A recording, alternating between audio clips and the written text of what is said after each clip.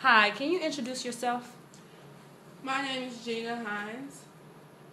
I am a African American Studies major, and I'm a junior. All right, and the first question I have is how do you see yourself as a black woman in society today?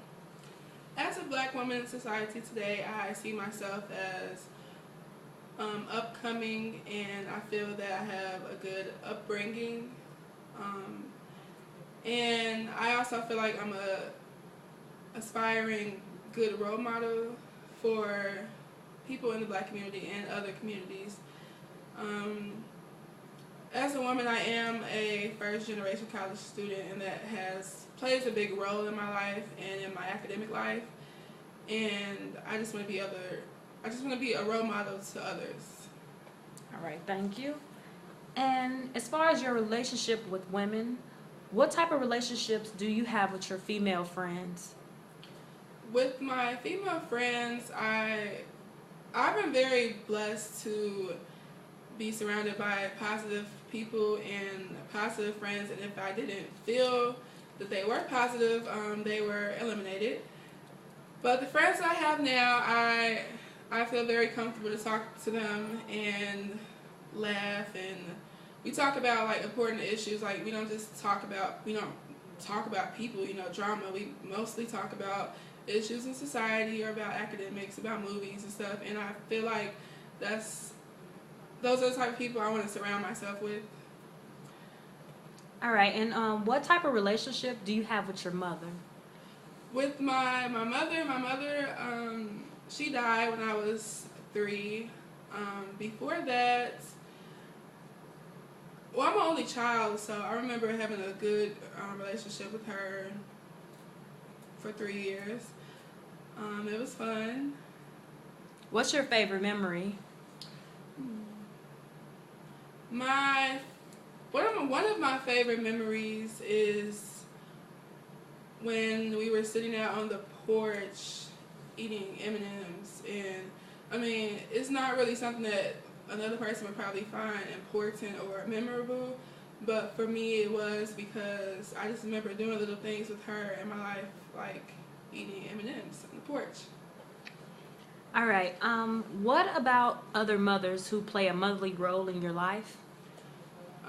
My grandmother, my mother's godmother, she raised me, and she was one of the biggest influences in my life.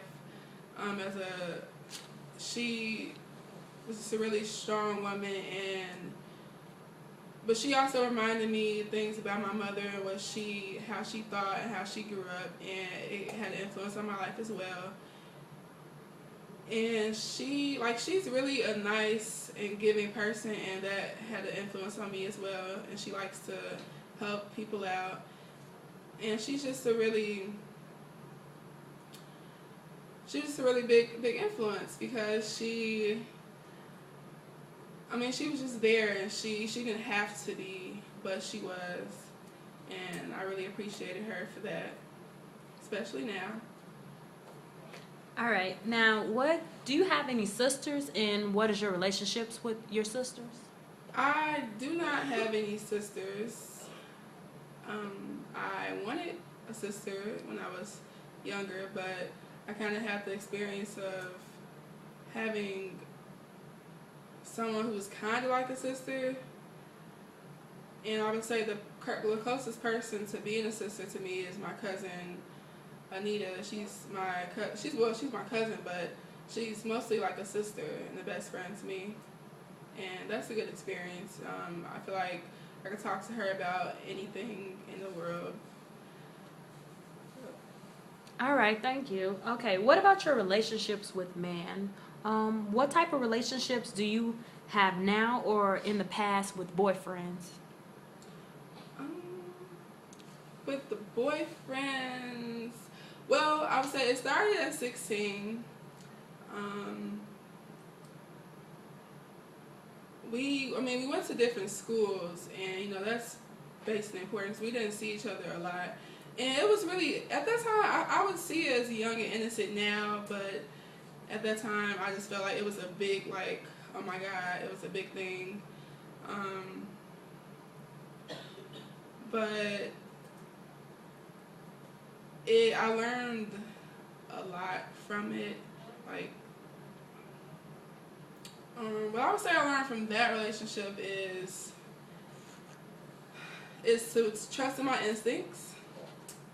So that was from that relationship, and then after that, I had a boyfriend who kind of like,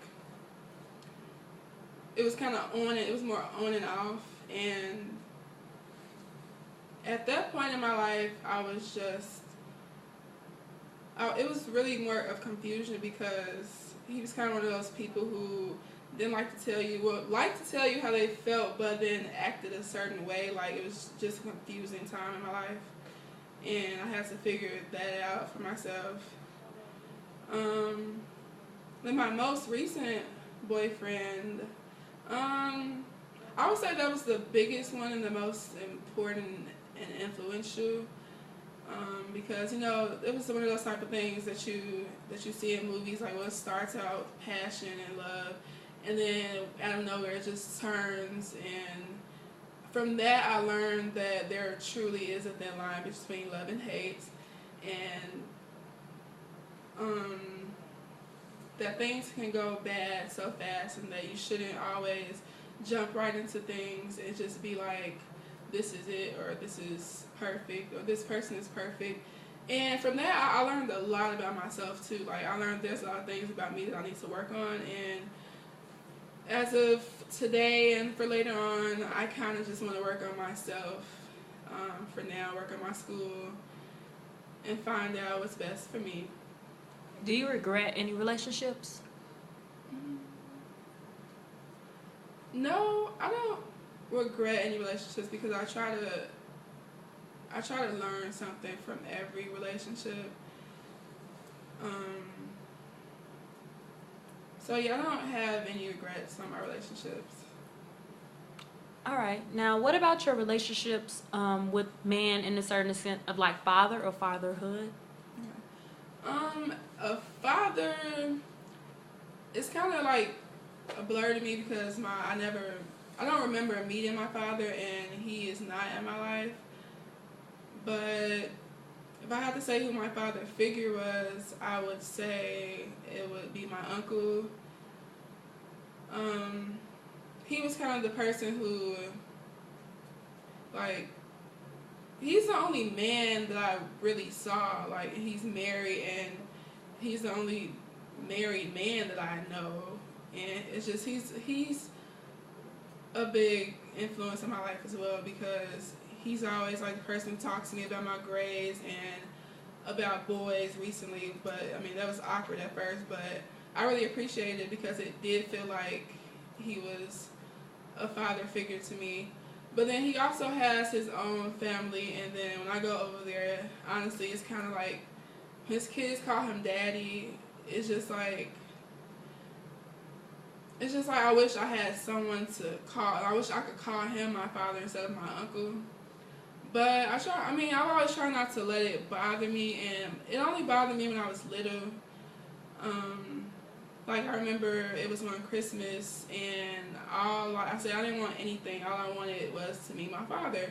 But nobody really paid attention to me. Like, they kind of like threw it off because I don't feel like they did it to hurt me. I just feel like I don't feel like they could understand, honestly, because there's a lot of people in my family who didn't grow up with their father, but they knew their father. I don't think anybody understood, and I just think they threw it off as, well, she has us. But I would say it affected me, but it affected me in a kind of a good way for the most part. Yeah, because I know they say your first influence of a man is your father. Mm-hmm. So would you say your first influence of a man was your uncle? Yeah. Or do you think your father still played a role in your mental state? I mean, no, because it would be different if he was there and then he left. But like, I don't have any memory of him, so it's basically my uncle, and he's a good strong man with a strong will, and with a family, married, and I just really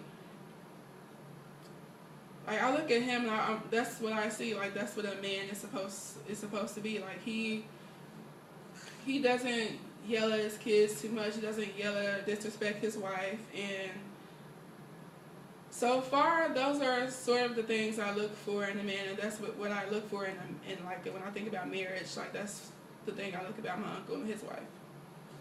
All right, thank you. We're going to talk about women's mental health now. So, has there been an event in your life that has made you feel like you couldn't do your normal activities? No,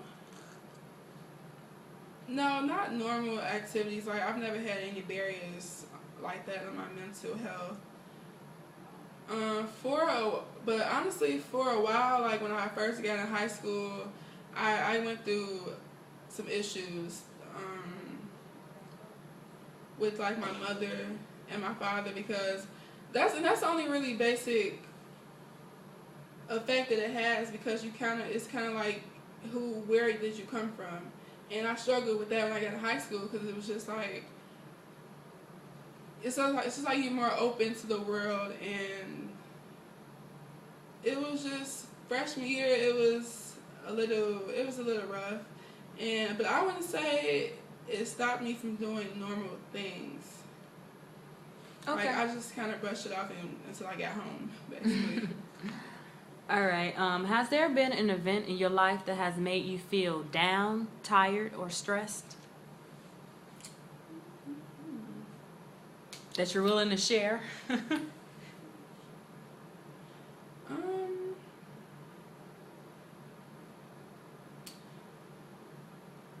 Yeah, honestly, with this past relationship, there was a lot of stress and a lot of downness,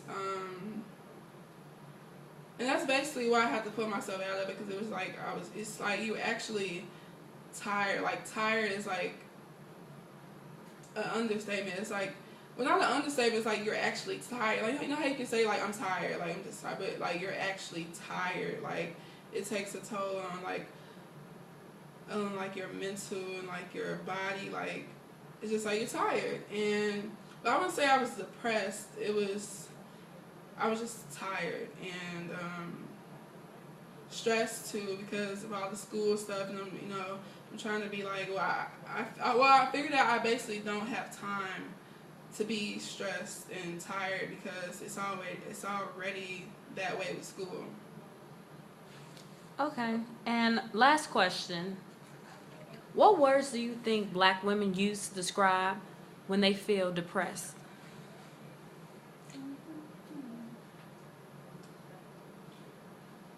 Depressed?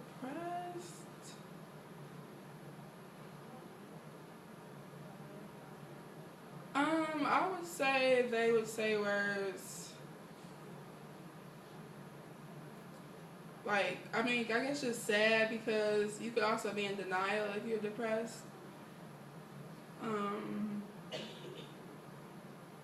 Or like out of it.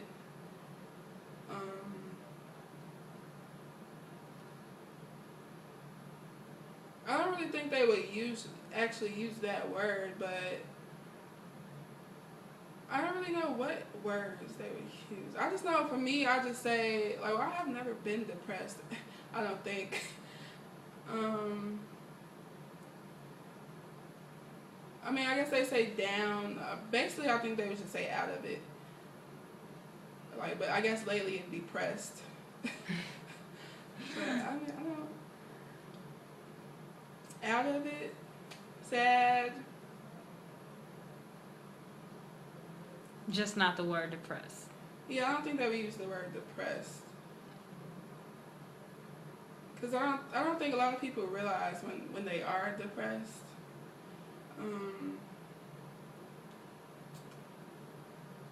I guess they could say tired because I guess when you're depressed, it takes a toll on your body. That's pretty much all I have. Sorry. No, you're fine. Well, I just want to thank you again for taking this time to talk with me. No Thanks. problem. Bye.